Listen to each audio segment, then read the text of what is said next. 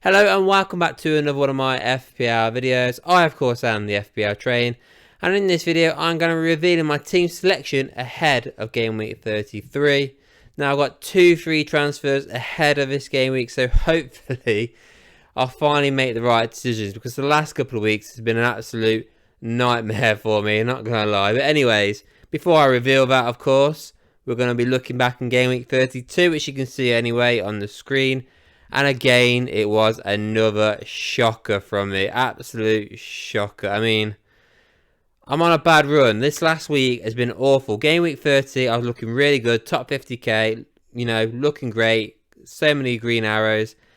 And yeah, I've been having an absolute nightmare. And now over 125k in the wheel. So it's been a bad week. And some bad decisions to go with it. I.e., the selling of Foden and obviously Ollie Watkins has not been exactly the smartest of decisions to have made in the last week or so. So let's go through it then. So starting us off in goal, I could not actually believe it, but I got 9 points from Dubravka. Did not see that coming at all. I mean, the guy's been useless. Newcastle have been terrible at the back. So to have got 9 points against Fulham was absolutely incredible. Did not see that coming at all. He made 4 saves, got a couple of bonus points on top of that. Obviously the clean sheet as well. Buzzing by that because obviously Ariola's out injured. So I mean, that did save me, because it could have been a hell of a lot worse for me. Obviously with the defenders, I mean, apart from Gabriel, you know, the only one getting the clean sheet there. Pretty standard 3-0 victory over Brighton. Played well. I mean, you know, yeah, nothing really much more to say about Gabriel. It's just, you know, Arsenal proving yet again how good they are at the back. So another clean sheet there. Udogie conceded yet again. I mean, bit of a nightmare really, because obviously people who have a Spurs defender have got Pedro Porro, and obviously he scored a goal. So for Udogie to get me a 2-pointer, well, that's a bit of a killer there. So that wasn't great. I had Doherty as well at the back. Now, I did say in my team selection reveal last week, or midweek, should I say. Or was it? No, it's just, yeah, well, Friday or Thursday, whatever day it was. I did say I wanted Doherty to get the clean sheet against Bournemouth, because I felt like I could have got more points there. Didn't happen. Shocker. And I only got 2 points there. And of course, that meant on the bench, Charlie Taylor, of course, he conceded, you know, because he's rubbish. And Estupinan also conceded because, well, he did have a tough fixture against Arsenal, but the fact is he's played just does my nuts in. He gets benched against Brentford and then plays against Arsenal. That's not what I want. That is not what I want at all. So, and the fact that he's gone down in value again is just another wind up. I mean, I really need to make this wildcard done sooner rather than later, because my team's dying as we speak. With my midfield, I mean, wow. What can I say, eh? What can I say about this midfield? So I put Saka on the bench. Wasn't the brightest ideas. Obviously, he didn't play in game week 31 against Luton. Now, I did think he was going to come back for Brighton, but if I had Saka, Palmer, Son, Salah in my midfield, I pretty much would have had what everybody else would have had. And it was just a bit like, I need to make a change. And obviously, I've got James Maddison. I've had him for a few weeks. And I even said in my last video, he's got to smash it. Otherwise, I'm going to look like a right tit. And I look like a right tit for picking him yet again. I mean, it could have been a hell of a lot worse, because James Maddison should have been sent off for punching, obviously, the defender. I can't remember what his name was now. Yates, I think it was. But yeah, he should have been sent off. So realistically, I got away with it, to be fair. But oh, God, when I saw Arsenal got a penalty, Saka goes and scores that. Comes away then with a couple of bonus points on top. Gets a clean sheet bonus point as well. 10 points, I thought.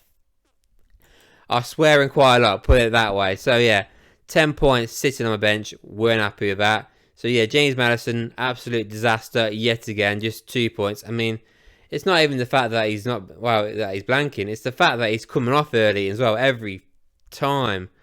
Oh, God. I need to get rid of James Maddison, put it that way. So, yeah. Awful from him. Palmer, I mean, gotta say, it was shocking, really. Chelsea were against Sheffield United to come away with a 2-2 draw. He only got an assist, but you know, quite a lot of people own him, so it doesn't really make too much difference there.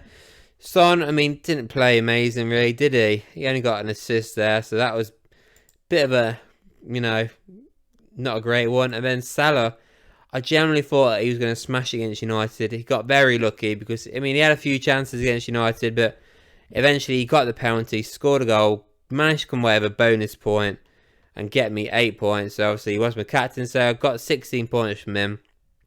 So thankfully, my captain did work out this week. So yeah, gotta be happy with that.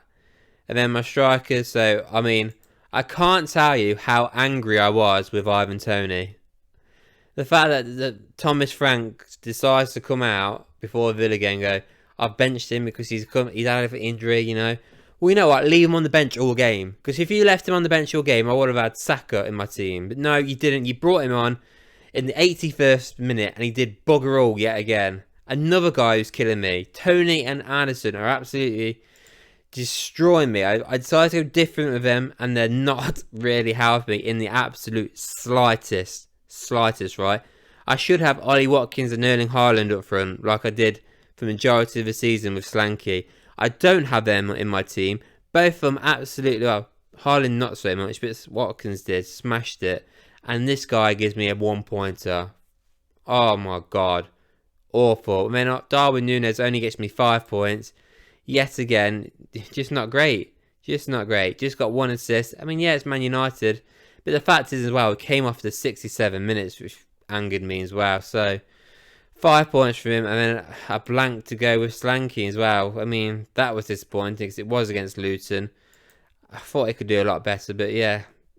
Overall, it weren't great, and I can tell you now, I mentioned I've got 2 or 3 transfers in Game Week 33, but if anybody watched my previous Game Week team selection video, I was clearly saying I had 1 free transfer, and I was possibly going to take out one of my defenders, which more than likely would have been Estupiñán, and I was going to bring in Gusto because I said, quote for quote, guaranteed a clean sheet chance against Sheffield United.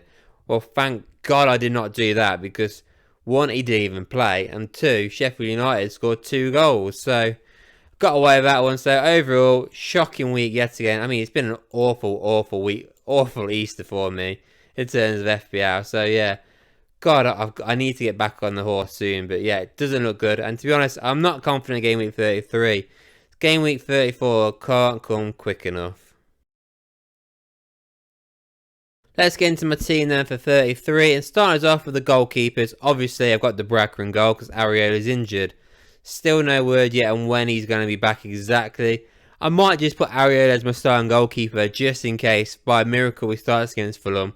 Because he's got a better fixture than De Bracker has against Spurs. Because in this one, I'm expecting him to get me a 1-pointer. Hopefully, they have a few shots Spurs and he saves some and manages to get me 2, maybe 3. But yeah, not expecting anything from him. I do like to say I have 2 free transfers and I could make a goalkeeper change, but that ain't going to happen at all. So with my defenders, obviously I've got a back 3. I mean, if it was up to me, I would have a back 1 because defenders are awful this season in terms of getting any kind of clean sheet. Just don't seem to ever happen unless you play for Arsenal. But yeah, starting us off, I've got Estupiñán in my back 3. He's got Burnley away. I mean, decent fixture to be fair. I'm just going to be grateful if he comes on for 5 minutes, I reckon, because now my luck, he's just going to get benched for this game. Yeah, don't worry, he'll play against the tough teams. When it gets to a team that he's got a good chance of getting maybe even a goal, he's going to be on the bench, no doubt about it. So confidence-wise, 0 there. I mean, I could make a change transfer-wise, but I'm not going to. I'm not going to. Udogie, Newcastle away. Am I confident? Absolutely not. So again, that's 2 defenders there, but I'm not expecting a lot on. I mean, at least I'm confident Udogie's going to start, but I do think Newcastle will score, especially the fact that the game is at St James's Park. And that finally leaves me with Gabriel. And even he's got Aston Villa. I was going to say Arsenal then. He's got Aston Villa at home. So, am I confident about that? No, not really. Because Ollie Watkins, to be fair to him, he's absolutely smashed it this season. And no, my luck, because I've took him out of my team, Douglas Luiz will get a penalty and bag it. Just to really put salt in my wound. So, that will be my back 3 for Game Week 33. Obviously, that leaves Taylor and Doherty on the bench. Doherty's got Man City away. Are you having a laugh? Am I going to put him on my team? And Taylor, to be fair, he's got Brighton at home. Not the worst fixture in the world for him, but it's Burnley. Onto the midfielders then, and at the moment, it is actually a 5-man midfield that I've got here, just because I've not made my transfers. But I'm not going to lie, it is more. I'm 99.8% certain I'm going to have a 4-man midfield. James Maddison will be transferred out of my team in this game week. I haven't done it yet, but I'm going to. Now, the player I'm going to bring in is completely irrelevant because they're going to be on my bench.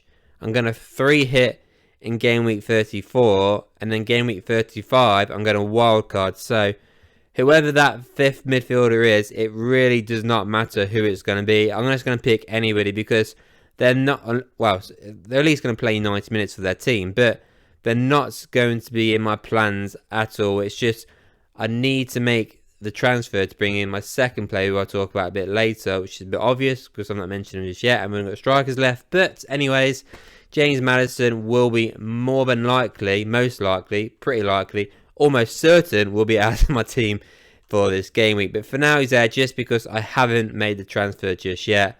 But I do have his teammate in Son, obviously, Newcastle away. Not expecting too much. To be fair though, Newcastle are pretty crap at the back, so you never know. Son could get a couple of goals in that game. So, yeah, I'm not too worried about him. I do think he'll score a few goals, which is a little bit of a problem because no, my luck now, James Maddison will absolutely kill it when I transfer him out.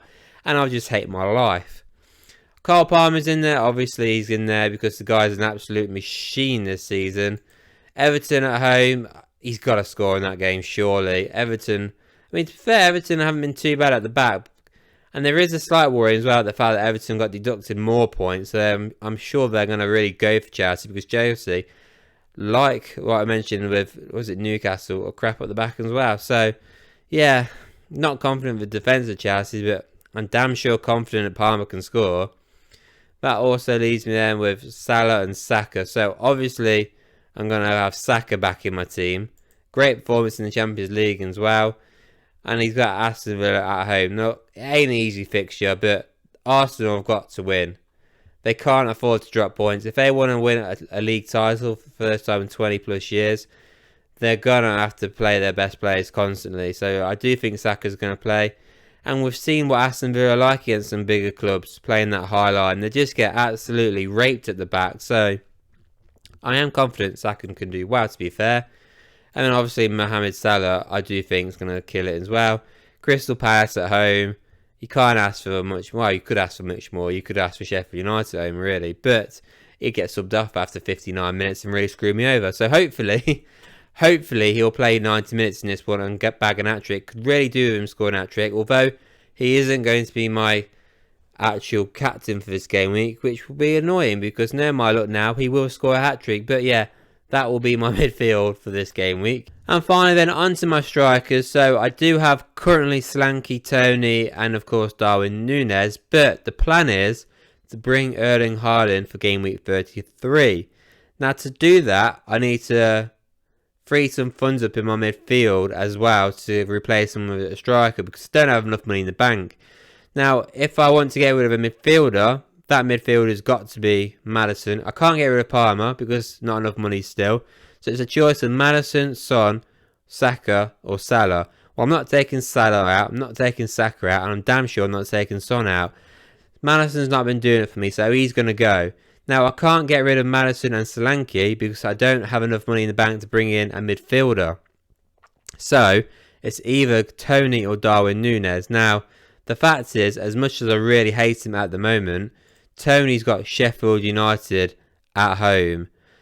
I will be kicking myself if I take him out and he scores in that game. So, even though Crystal Palace is a nice fixture for Liverpool and Darwin Núñez, I would much rather have a player going up against Sheffield United. So, I'm going to keep Ivan Toney for this game week and I'm going to take Darwin Núñez out, bring Erling Haaland in, which then leaves me with just 4.6 million, which is why I mentioned earlier, it doesn't really matter who I bring in for my 5th midfielder. He's not coming into my team because he's going to be on my bench.